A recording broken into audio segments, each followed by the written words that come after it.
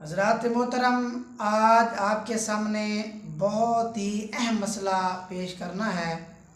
वो मसला ये है कि माशा अल्लाह, सुबहान अल्लाह, जज़ाकल्लाहु खैरा, बारकल्लाह, यानी इस तरह के जो अल्फाज बोले जाते हैं, तो क्या इनको इंग्लिश में लिख सकते हैं या नहीं लिख सकते।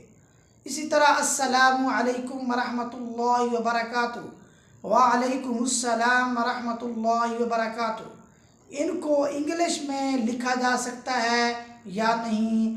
अगर कोई इसके बदले और बेहतर अल्फाज क्या हो सकते हैं जो आदमी लिखे, तो बहरहाल इसकी वजाहत आपके सामने पेश की जाएगी। ये मसला बहुत अहम है, आपने इसको मुकम्मल तवज्जो के साथ सुनना है और इस मसले को ज़्यादा से ज़्यादा लोगों तक पहुंचाना है।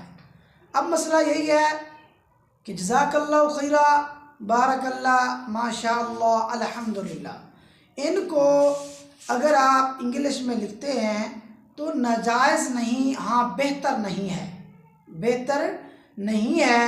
इसी तरह अस्सलामु अलैकुम वरहमतुल्लाहि वबरकातुहू, वालैकुमुस्सलाम वरहमतुल्लाहि वबरकातुहू, ये भी अगर आप किसी को अस्सलामु अलैकुम वरहमतुल्लाह लिखना चाहते हैं इंग्लिश में, तो सिर्फ लिखें सलाम, सिर्फ सलाम लिखें इंग्लिश में। हाँ, अगर ये जो अल्फाज हैं इनका आप मानी लिखना चाहते हैं, मानी, तो वो आप इंग्लिश में लिख सकते हैं। मसलन जज़ाकल्लाहु खैरा, इसमें आप इसकी जगह लिख लें अल्लाह तबारक व तआला तुझे अच्छी और बेहतर जज़ा दे, यानी इस तरह इसका मानी लिख लेना चाहिए, तो ये ज़्यादा बेहतर है। बाकी इंग्लिश में इस तरह अल्फाज लिखना मुनासिब नहीं है, बेहतर नहीं है, इससे बचा जाए।